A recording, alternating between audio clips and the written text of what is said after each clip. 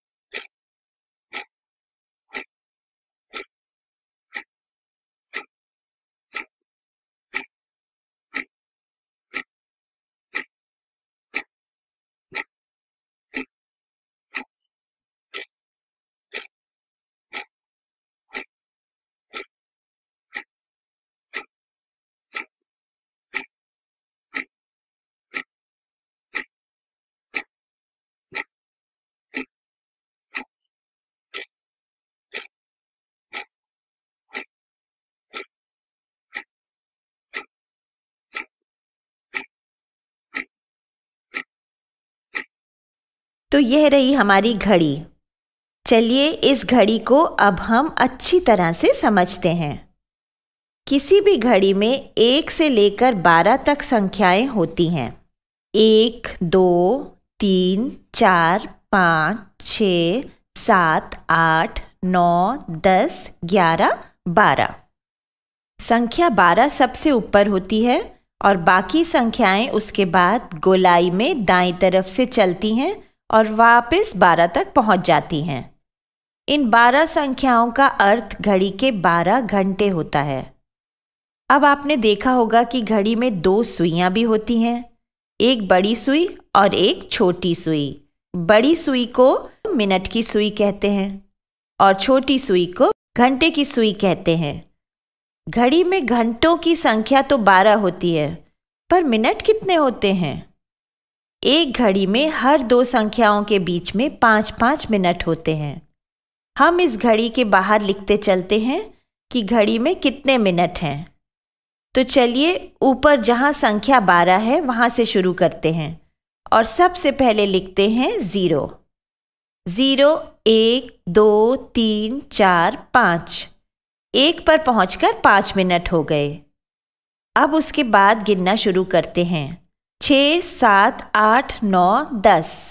तो 2 पर पहुंचकर 10 मिनट हो गए। फिर 2 के बाद 11, 12, 13, 14, 15। 3 पर पहुंचकर हमारे पास 15 मिनट हो गए। ऐसे ही 4 पर पहुंचकर कितने मिनट हुए? 15 और 5 20। हाँ, 20 मिनट हो गए। 5 10 15 20। अरे, ये तो हम 5 की गिनती कूद रहे हैं। तो बस हर घंटे की संख्या पर हम 5 की गिनती कूदते चलते हैं।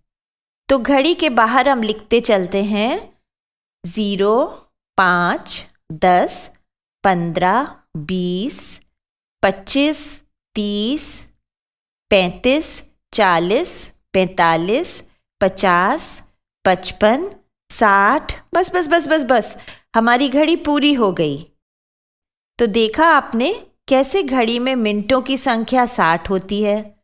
जब मिनट की सुई 60 चक्कर पूरे कर लेती है तो 1 घंटा हो जाता है।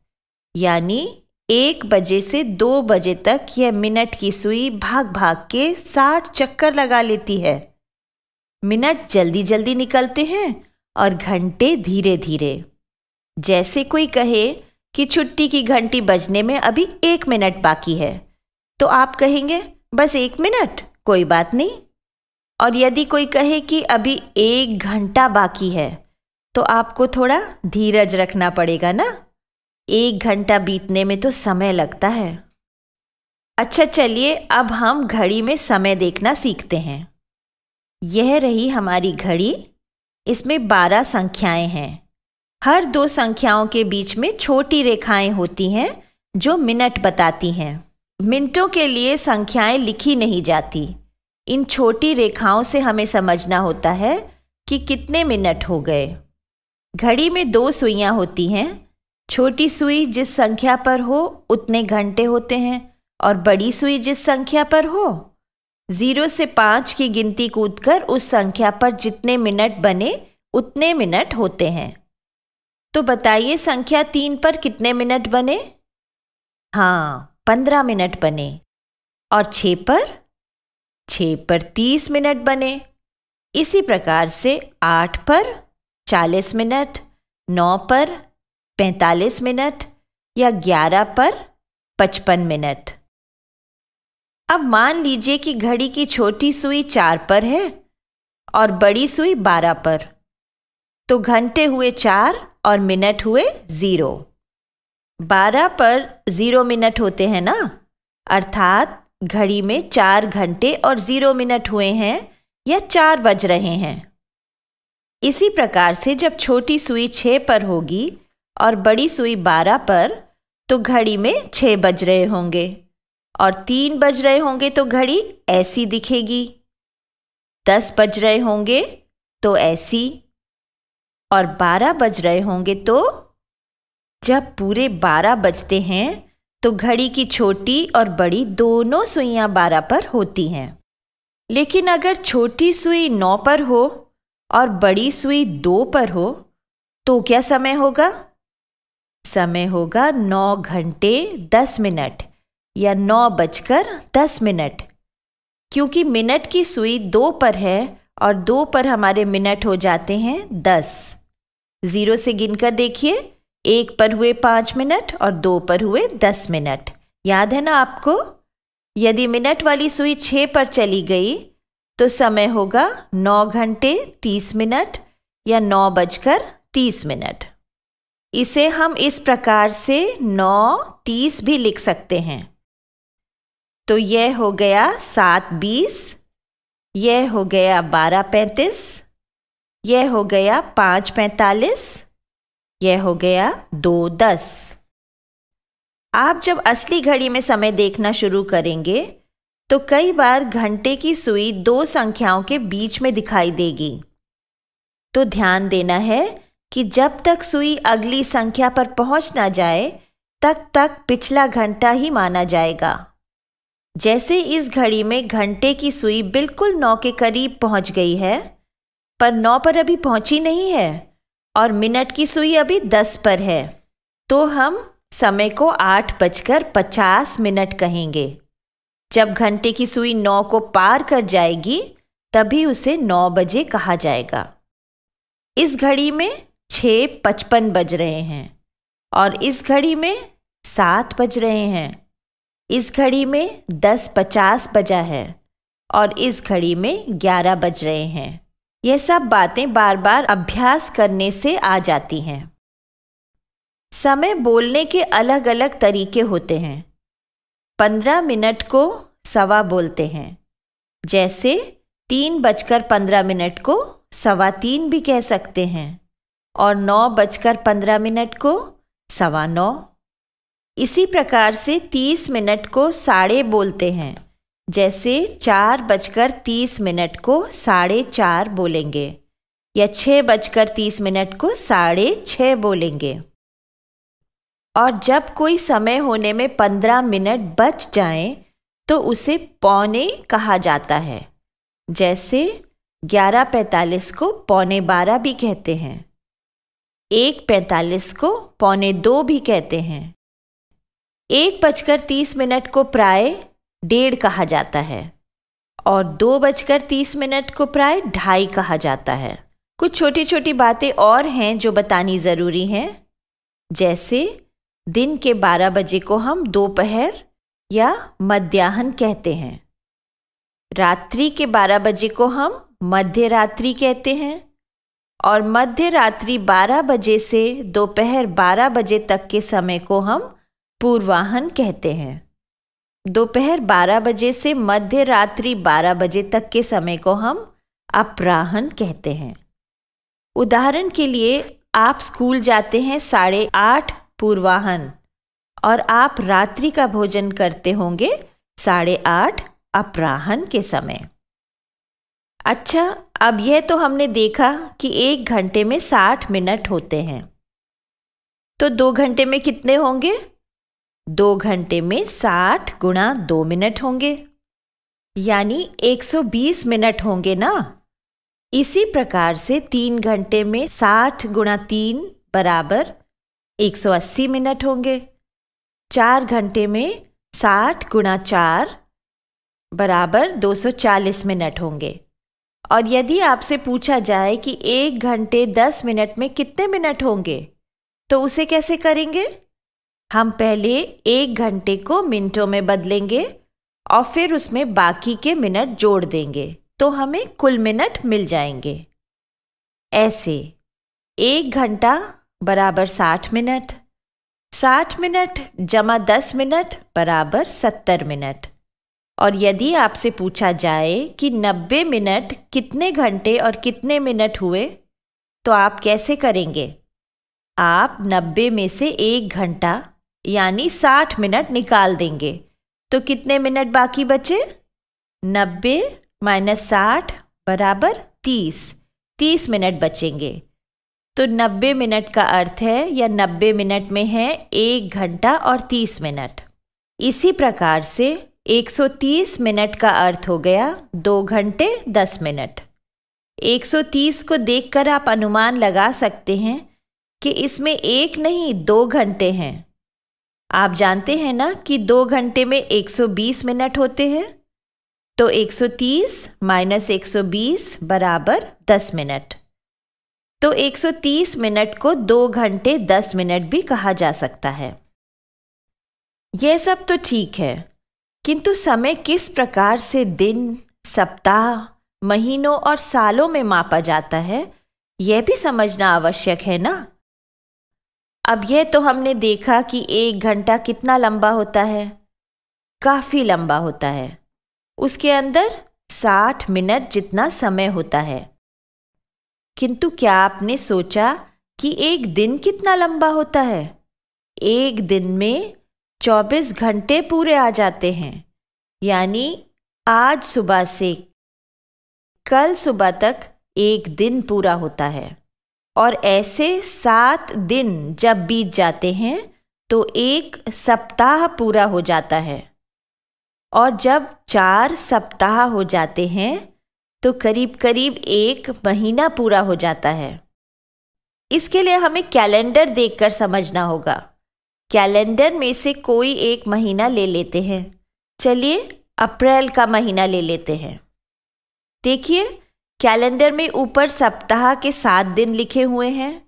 रविवार, सोमवार, मंगलवार, बुधवार, गुरुवार, शुक्रवार, शनिवार। हर महीने में 7 गुणा 4 बराबर 28 दिन से कुछ दिन अधिक होते हैं, कभी 30 दिन तो कभी 31 दिन।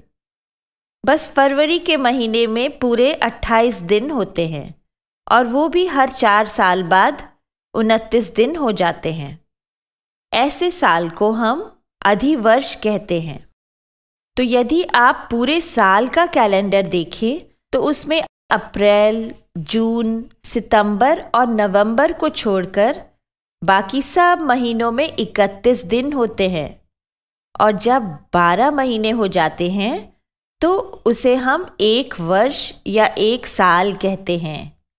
इस प्रकार से समय का मापन किया जा सकता है।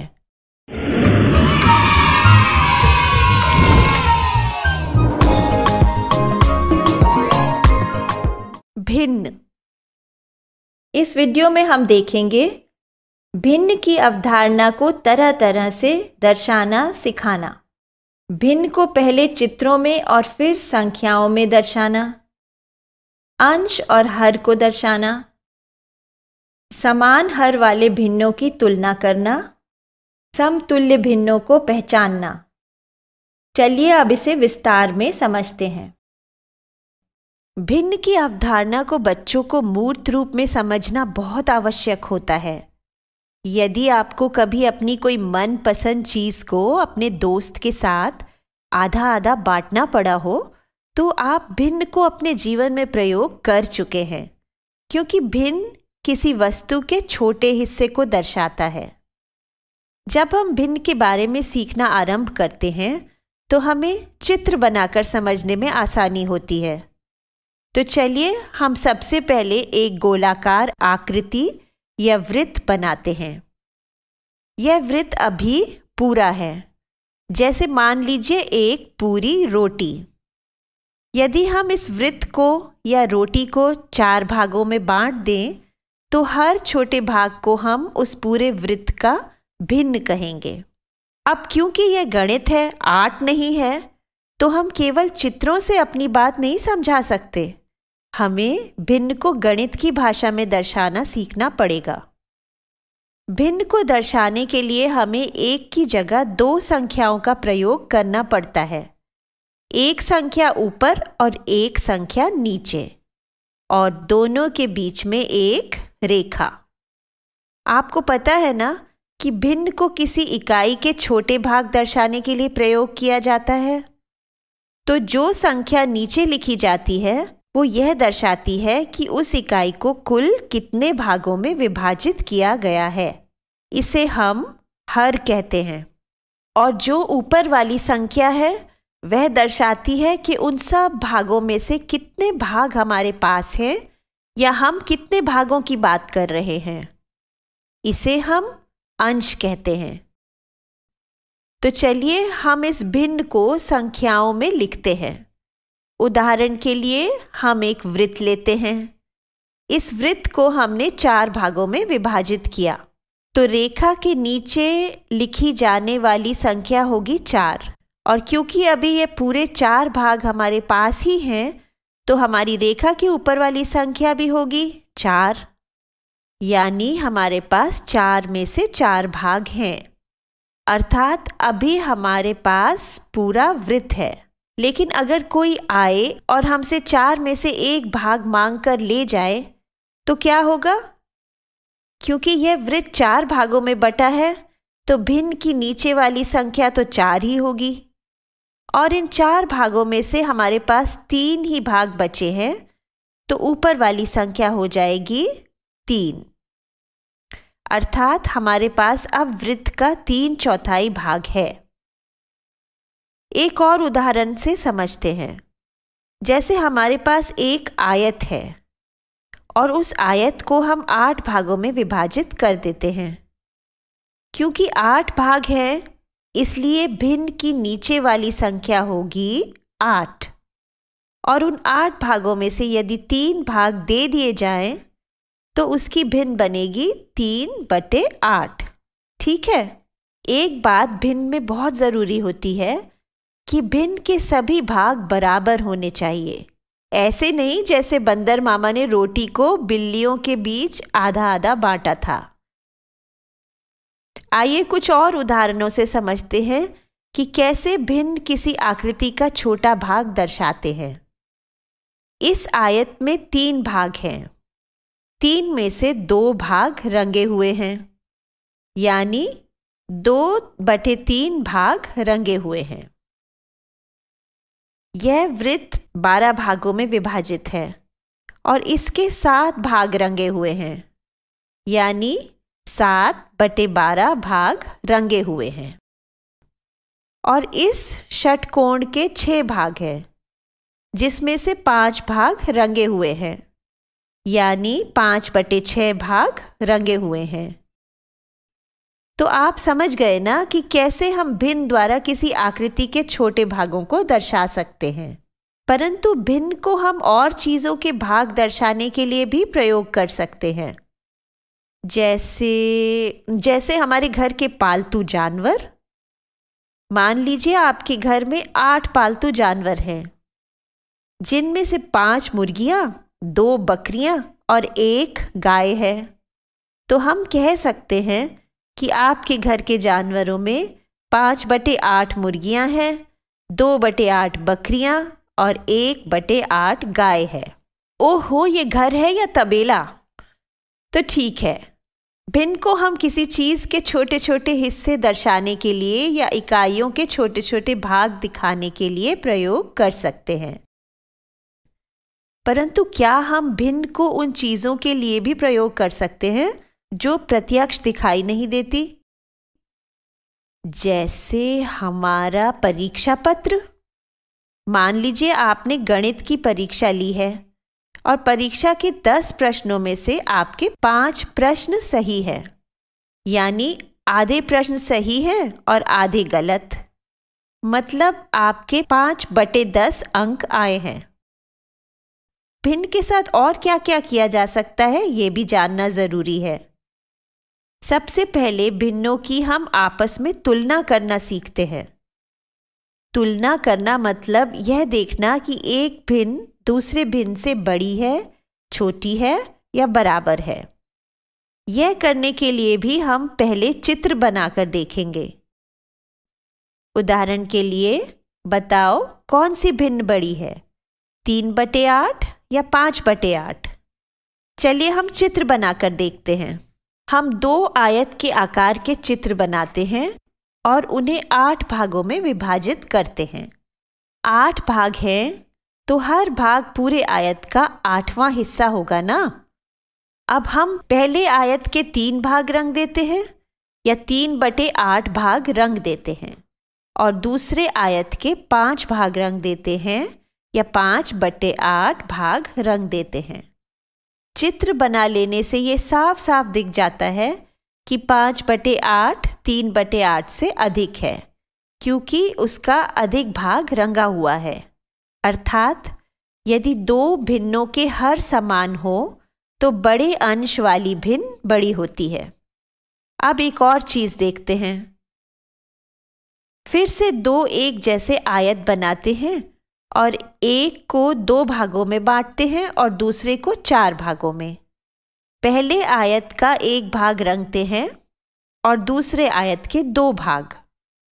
पहले आयत की भिन्न हुई 1/2 और दूसरे आयत की भिन्न हुई 2/4। अब दोनों को एक के ऊपर एक रखकर देखते हैं, कौन सा बड़ा है और कौन सा छोटा। अरे, ये तो दोनों ही बराबर निकले। 2 अलग अलग हर और अंश वाली भिन्न और दोनों का मान एक ही। ऐसा हो सकता है, और ऐसी भिन्नों को समतुल्य भिन्न कहते हैं।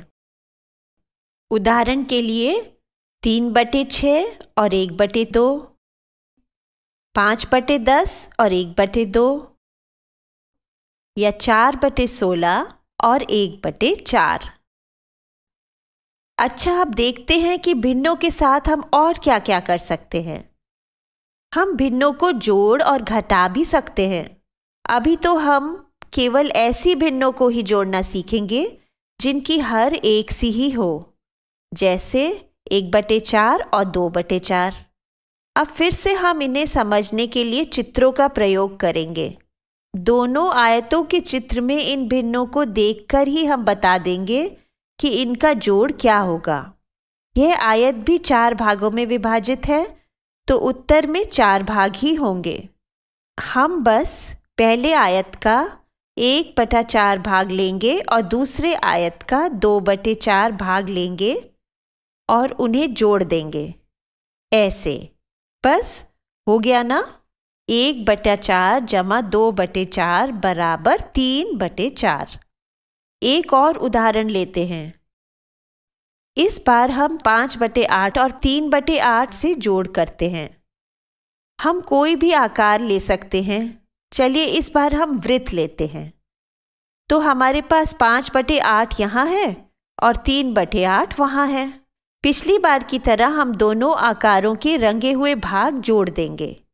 तो हमने 5 लिया और उसे 3 से जोड़ दिया।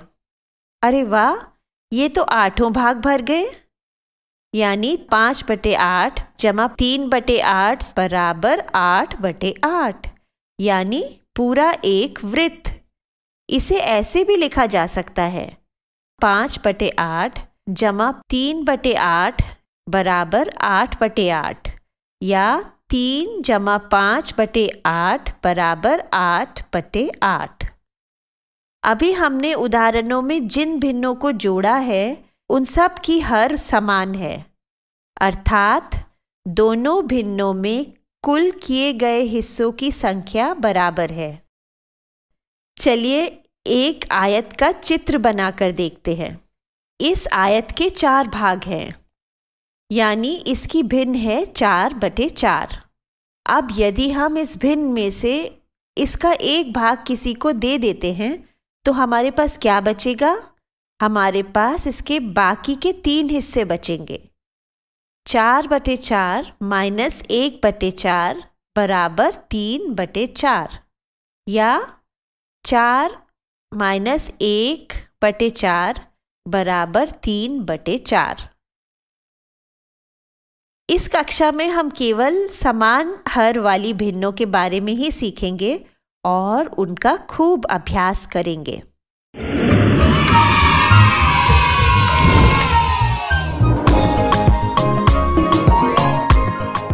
समय। गतिविधि आओ बने कैलेंडर। इस गतिविधि से बच्चे कैलेंडर को भली भांति समझ जाते हैं। 12 महीनों के नाम और किस महीने में कितने दिन होते हैं, ये खेल खेल में उन्हें याद हो जाता है। टीचर्स, सबसे पहले आप 12 पन्ने लें और हर पन्ने पर एक एक महीने का नाम लिख लें। हर माह के नीचे उस माह में कितने दिन हैं यह भी लिख दें। अब इन पन्नों को एक डिब्बे में रख दें। इस गतिविधि को खेलने के लिए 12 बच्चों को सामने बुलाएं। ये बच्चे डिब्बे में से कोई भी एक पन्ना उठा लें और उसके बाद महीनों के नामों के क्रम में इस तरह खड़े हो जाएंगे। अब सब बच्चे मिलकर यह कविता बोलेंगे। 30 दिन सितंबर के, अप्रैल जून नवंबर के, बाकी सबके दिन 31, रहा फरवरी अकेला खड़ा, हैं फरवरी के दिन 28, अधि वर्ष में एक दिन बड़ा। इसके बाद कविता की पहली 2 पंक्तियां बोलिए। 30 दिन सितंबर के, अप्रैल जून नवंबर के। ऐसा बोलने पर महीने में 30 दिन वाले बच्चे आगे आ जाएंगे और एक तरफ खड़े हो जाएंगे। फिर कविता की अगली लाइन बोलें। बाकी सबके दिन 31। अब माह में 31 दिन वाले बच्चे आगे आ जाएंगे और एक तरफ खड़े हो जाएंगे। इसके बाद बोलें, रहा फरवरी अकेला खड़ा, तो फरवरी अकेला खड़ा रह जाएगा। फरवरी के पेज के पीछे लिखा होना चाहिए अधिवर्ष 29 दिन। टीचर्स, इस खेल को कविता के साथ 2-3 बार करवाएं। उसके बाद बिना महीनों का नाम लिए सिर्फ बोलें 30 दिन, 31 दिन, 28 दिन, 29 दिन, और जिन बच्चों के पास उतने दिन वाले महीने हैं वे आगे आ जाएंगे।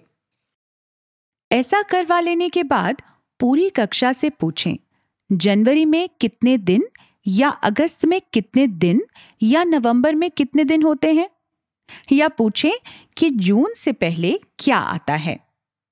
इस प्रकार से बच्चों को खेल ही खेल में साल के 12 महीनों के बारे में अच्छी तरह से सब जानकारी हो जाएगी।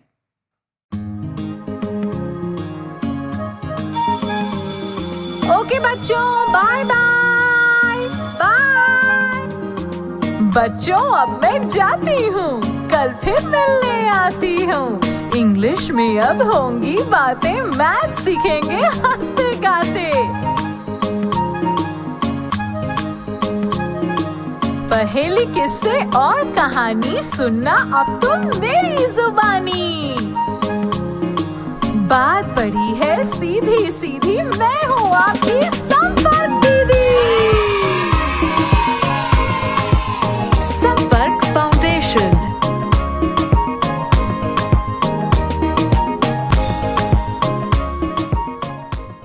इस प्रसारण से संबंधित सुझाव, अपने प्रश्न इत्यादि आप हमें jcerg@gmail.com तथा टोल फ्री नंबर 1800 5728 585 पर संपर्क कर सकते हैं।